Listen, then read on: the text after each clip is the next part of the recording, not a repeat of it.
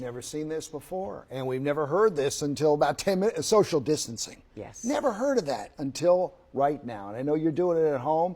Everybody in the state's doing it. The country is doing it. And while it's meant to limit the spread of the coronavirus, it also has a little downside. The Maryland Food Bank actually seeing a large drop in volunteers as kind of people self-isolate.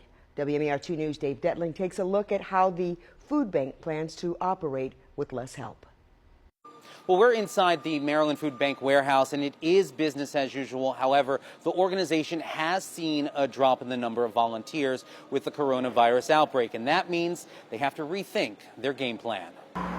You've seen the logo and you know its mission. At the Maryland Food Bank, the goal is to end hunger in our state.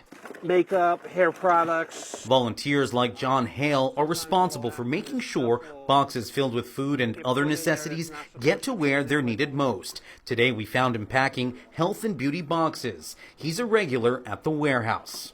2 days a week, Mondays and Fridays.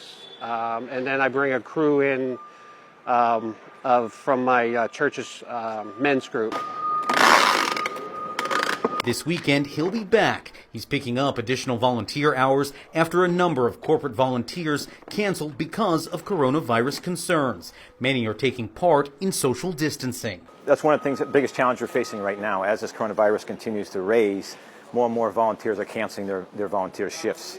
And so that's causing a problem for us in our ability to package much needed food to get out in these communities as quickly as we can. Maryland Food Bank President and CEO Carmen Del Guecho says no food shipments have been delayed, but the organization is changing workflow.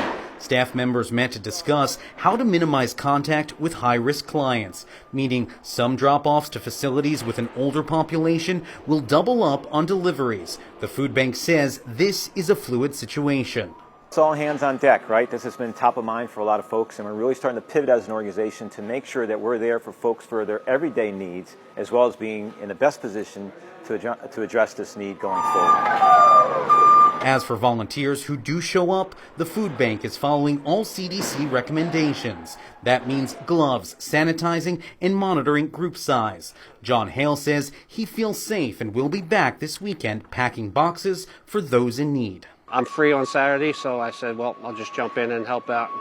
And as for the need for volunteers, the food bank says it's looking to tap into all those college students now on extended break. If you're looking to volunteer, we have a link on our website. In Baltimore County, Dave Detling, WMAR 2 News.